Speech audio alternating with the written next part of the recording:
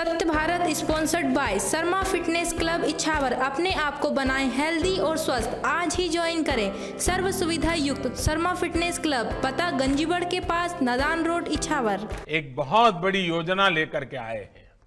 मैं सभी देशवासियों को, विशेष तौर पर मेरे किसान भाइयों बहनों को हल छठ की और दाऊ जन्मोत्सव की बहुत बहुत शुभकामनाएं देता हूं। इस बेहतर पावन अवसर पर देश में कृषि से जुड़ी सुविधाएं तैयार करने के लिए 1 लाख करोड़ रुपए का विशेष फंड लॉन्च किया गया है। आज के पवित्र दिन पर लॉन्च किया गया है।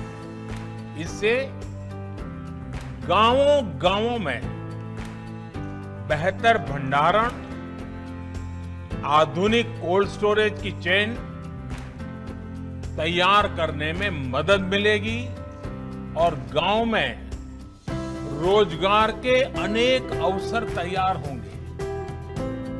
इसके साथ साथ 8.5 करोड़ किसान परिवारों के खाते में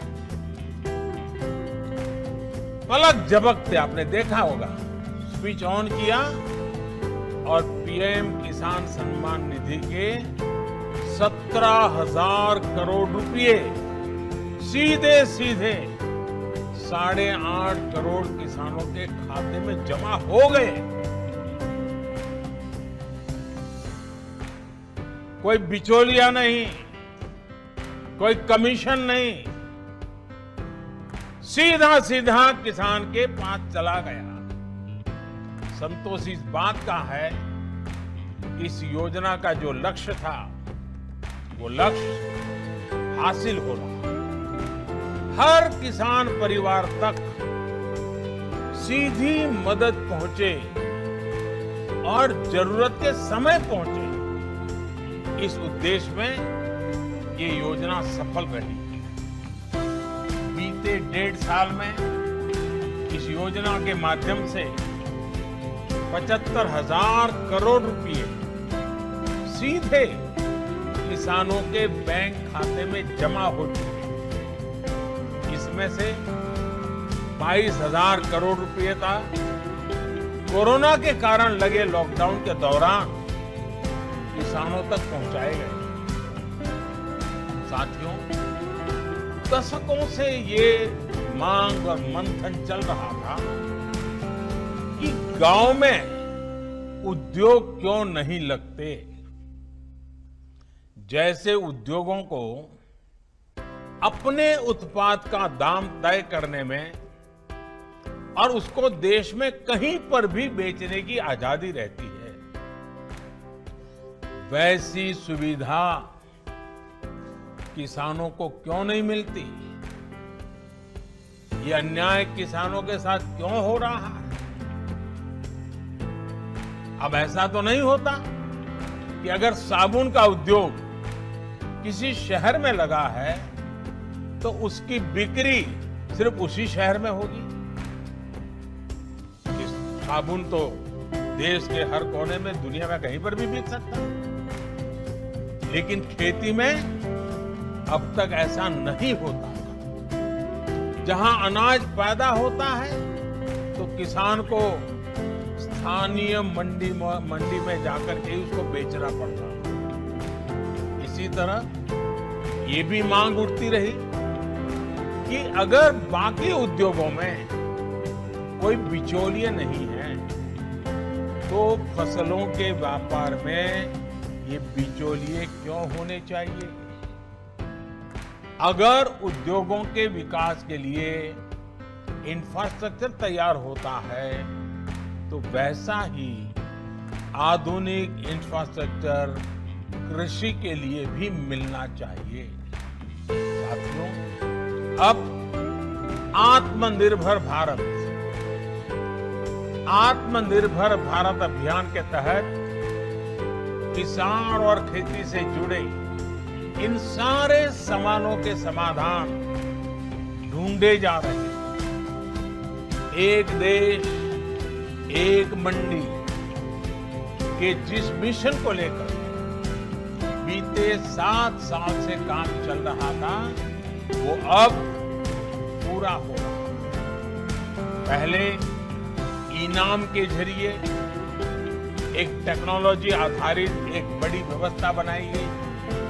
अब कानून बनाकर किसान को मंडी के दायरे से और मंडी टैक्स के दायरे से मुक्त कर दिया गया है। अब किसान के पास अनेक विकल्प हैं। अगर वो अपने खेत में ही अपनी उपज का सौदा करना चाहे तो वो कर सकता है, या फिर सीधे वेयर हाउस से इनाम से जुड़े व्यापारियों और संस्थानों को जो भी उसको ज्यादा दाम देता है उसके साथ फसल का सौदा किसान कर सकता है। इसी तरह एक और नया कानून जो बना है उससे किसान अब उद्योगों से सीधी साझेदारी भी कर सकता है। और मैं बताऊं, भारत के उद्योग जगत का जितना निवेश गांव और किसान में होना चाहिए था, बहुत यानी नगण्य था, मामूली था, और उसमें हमारे कुछ कानून नियम भी आड़े आते हैं। अब देखिए, जैसे आलू का किसान चिप्स बनाने वालों से फल उत्पादक यानी बागवान, जूस, मुरब्बा, चटनी, या कोई आयुर्वेदिक पौधे वाले किसान है तो फार्मेसी को, जैसे उत्पाद बनाने वाले जो उद्योग हैं उनके साथ वो पार्टनरशिप कर सकता है। इससे किसान को फसल की बुवाई के समय तय दाम मिलेंगे, जिससे उसको कीमतों में होने वाली गिरावट से राहत मिल जाएगी। साथियों, हमारी खेती में पैदावार समस्या नहीं है, बल्कि पैदावार के बाद होने वाली उपज की बर्बादी ये बहुत बड़ी समस्या है। इससे किसान को भी नुकसान होता है और देश को भी बहुत नुकसान होता है। इसी से निपटने के लिए एक तरफ कानूनी अड़चनों को दूर किया जा रहा है और दूसरी तरफ किसानों को सीधी मदद दी जा रही है। अब जैसे आवश्यक वस्तुओं से जुड़ा एक कानून हमारे देश में बना था और कई दशकों पहले बना था, लेकिन वो क्यों बना था? क्योंकि उस समय देश में अन्न की कमी थी, भारी कमी थी, और इसलिए उस कानून की जरूरत थी। लेकिन आज तो अन्न के भंडार इतने भरे पड़े हैं कि इस प्रकार की रोक किसान का भी, अर्थव्यवस्था का भी और कंज्यूमर का भी नुकसान होता है। लेकिन बड़ा हैरानगी है कि ये कानून अभी भी चलता रहा। जब हम दुनिया के दूसरे बड़े अन्न उत्पादक बन चुके हैं, तो इस कानून की कोई जरूरत नहीं। गांव में अगर अच्छे गोदाम नहीं बन पाए, कृषि आधारित उद्योगों को अगर प्रोत्साहन नहीं मिल पाया, तो उसका एक बड़ा कारण ये कानून स्वयं में एक बहुत बड़ा रुकावट था। और इस कानून में ये भी एक दुर्भाग्य रहा, इस कानून का उपयोग से ज्यादा बाबुओं ने उसका दुरुपयोग किया। इससे देश के व्यापारियों को, निवेशकों को, उनको डराने का काम ज्यादा हुआ। अब इस डर के तंत्र से भी कृषि से जुड़े व्यापार को मुक्त कर दिया गया।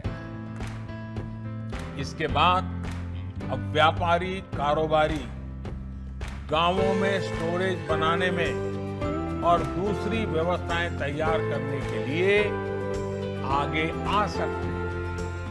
साथियों, आज जो एग्रीकल्चर इंफ्रास्ट्रक्चर फंड लॉन्च किया गया है, इससे किसान अपने स्तर पर भी गांवों में भंडारण की आधुनिक सुविधाएं बना पाएंगे। योजना से गांव में किसानों के समूहों को, किसान समितियों को, एफपीओ उनको वेयर हाउस बनाने के लिए, कोल्ड स्टोरेज बनाने के लिए, फूड प्रोसेसिंग के जुड़े उद्योग लगाने के लिए 1 लाख करोड़ रुपए की मदद मिलेगी। 1 लाख करोड़ रुपया इस काम को गति देने के लिए बहुत बड़ी ताकत है। ये जो धन किसानों को उद्यमी बनाने के लिए उपलब्ध कराया जाएगा और उस पर 3% ब्याज की छूट भी मिलेगी। थोड़ी देर पहले ऐसे ही कुछ किसान संघों से मेरी चर्चा हुई है, जो सालों से इस किसानों की मदद कर रहे हैं, संगठन बना करके कुछ न कुछ नई नई कल्पनाएं के साथ आगे बढ़ रहे हैं। इस नए फंड से देश भर में ऐसा काम करने वाले संगठनों को बहुत बड़ी ताकत मिलेगी, बहुत बड़ी मदद मिलेगी।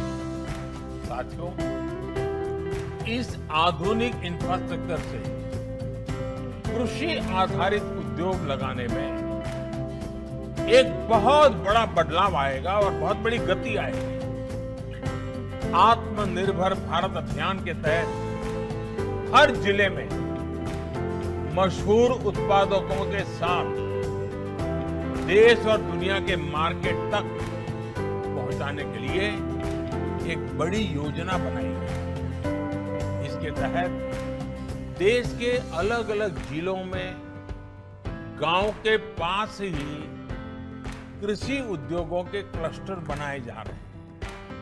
साथियों, अब हम उस स्थिति की तरफ बढ़ रहे हैं जहां गांव के कृषि उद्योगों से फूड आधारित उत्पाद शहर जाएंगे और शहरों से दूसरा औद्योगिक सामान बनकर गांव पहुंचेगा। यानी ये अब 2 वे चलेगा और यही तो आत्मनिर्भर भारत अभियान का संकल्प है और जिसके लिए हम सबको मिलकर के एक नए तरीके से, नई सोच के साथ, नए संकल्प के साथ काम करना है। अब सवाल ये उठता है कि जो कृषि आधारित उद्योग लगने वाले हैं उनको कौन चलाएगा? इसमें भी ज्यादा हिस्सेदारी हमारे छोटे किसानों के बड़े बड़े समूह, जिनको हम एफपीओ कह रहे हैं या फिर हम उसको किसान उत्पादक संघ कह रहे हैं, इन्हीं के द्वारा होने वाली है। और इसके लिए बीते 7 साल से एफपीओ किसान उत्पादक समूह इसका एक बड़ा नेटवर्क बनाने का अभियान चलाया है। आने वाले सालों में ऐसे 10,000 नए एफपीओ किसान उत्पादक समूह पूरे देश में बने, इस पर सभी राज्यों के साथ मिलकर के काम को आगे बढ़ाने पर बल दिया जा रहा है। साथियों, एक तरफ एफपीओ के नेटवर्क पर काम चल रहा है तो दूसरी तरफ खेती से जुड़े स्टार्टअप्स को प्रोत्साहित किया जा रहा है। अभी तक लगभग 350 कृषि स्टार्टअप्स को मदद दी जा रही है। ये startups food, particularly food processing से जुड़े हैं, artificial intelligence, internet of things, खेती से जुड़े स्मार्ट उपकरणों के निर्माण और रिन्यूएबल एनर्जी से जुड़े हैं। साथियों, किसानों से जुड़ी ये जितनी भी योजनाएं हैं, जितने भी रिफॉर्म्स हो रहे हैं, इनके केंद्र में हमारा छोटा किसान है और हमारे देश में सबसे ज्यादा संख्या छोटे किसानों की। यही छोटा किसान है जिस पर कोई भी आपत्ति आए तो सबसे ज्यादा परेशानी छोटे किसान को। और यही छोटा किसान है जिस तक सरकारी लाभ पूरी तरह पहुंचे, ये हमारा संकल्प है। बीते 6-7 सालों से इसी छोटे किसान की स्थिति को बदलने का हम निरंतर और बड़े सुविचारित ढंग से प्रयास कर रहे हैं। छोटे किसान को देश की कृषि के सशक्तिकरण से भी जोड़ा जा रहा है और वो खुद भी सशक्त हो, ये भी उतना ही जरूरी है। साथियों, 2 दिन पहले ही देश के छोटे किसानों से जुड़ी एक बहुत बड़ी योजना की शुरुआत की गई है, जिसका आने वाले समय में पूरे देश के किसानों को बहुत बड़ा लाभ होने वाला है। देश की पहली किसान रेल महाराष्ट्र और बिहार के बीच में शुरू हो चुकी है। अब महाराष्ट्र से संतरा, अंगूर, प्याज जैसे अनेक फल सब्जियां लेकर ये ट्रेन निकलेगी और बिना समय गंवाए बिहार पहुंचेगी। फसल की बर्बादी नहीं होगी और बिहार से जब वापिस आएगी तब वहां का मखाना, लीची, पान, ताजा सब्जियां, मछलियां, ऐसे अनेक सामान छोटे लोगों से लेकर के वो फिर इस तरफ लौटेगी। यानी बिहार के छोटे किसान मुंबई और पुणे जैसे बड़े शहरों से सीधे कनेक्ट हो गए। इस पहली ट्रेन का लाभ यूपी और मध्य प्रदेश के किसानों को भी होने वाला है, क्योंकि ये ट्रेन उन किसानों के रास्ते से भी गुजरने वाली है। इस ट्रेन की खासियत ये है कि ये ट्रेन पूरी तरह से एयर कंडीशन है, यानी एक प्रकार से ये पटरी पर दौड़ता हुआ कोल्ड स्टोरेज है। ये कोल्ड स्टोरेज ही दौड़ता रहेगा, जाएगा, आएगा, सामान लाएगा, छोड़ेगा। इससे दूध, फल, सब्जी, मछली पालक ऐसे हर प्रकार के किसानों को भी लाभ होगा और शहर में इनका उपयोग करने वाले उपभोक्ताओं को भी लाभ होगा। ताजा चीजें मिलेगी उनको और जहां से उनको अच्छी चीज चाहिए वहां से मिलेगी। किसान को लाभ ये होगा कि उसको अपनी फसल स्थानीय मंडियों या हाट बाजारों में मजबूरन कम दाम पर बेचना नहीं पड़ेगा। उसकी मजबूरी जाएगी। ट्रकों में फल सब्जी जिस प्रकार बर्बाद हो जाते थे, उससे भी मुक्ति मिलेगी और ट्रकों के मुकाबले भाड़ा भी कई गुना कम हो जाएगा। शहरों में रहने वाले साथियों को लाभ ये होगा कि अब मौसम के कारण या दूसरे संकटों के समय फ्रेश फल सब्जियों की जो कमी हो जाती थी वो भी नहीं होगी और कीमत पर भी जो कभी कभी खेल खेलने का लोगों को मौका मिल जाता था वो भी बंद हो जाएगा। इतना ही नहीं, इससे गांवों में छोटे किसानों की स्थिति में एक और परिवर्तन आएगा। अब जब देश के बड़े शहरों तक छोटे किसानों की पहुंच हो रही है तो वो ताजा सब्जियों उगाने की दिशा में आगे बढ़ेंगे। पशुपालन और मत्स्य पालन की तरफ भी प्रोत्साहित होंगे। इससे कम जमीन से भी अधिक आय का रास्ता खुल जाएगा। रोजगार और स्वरोजगार के अनेक नए अवसर खुलेंगे। साथियों, ये जितनी भी कदम उठाए जा रहे हैं, इनसे 21वीं सदी में देश की ग्रामीण अर्थव्यवस्था की तस्वीर भी बदलेगी। कृषि से आय में भी वृद्धि होगी। हाल में मिल गए हर जितने भी निर्णय लिए गए, हर निर्णय आने वाले समय में गांव के नजदीक ही व्यापक रोजगार तैयार करने वाले अनेक अवसर इससे होने वाले हैं। गांव और किसान आपदा में भी देश को कैसे संबल दे सकता है, ये बीते 6 महीने से हम देख रहे हैं।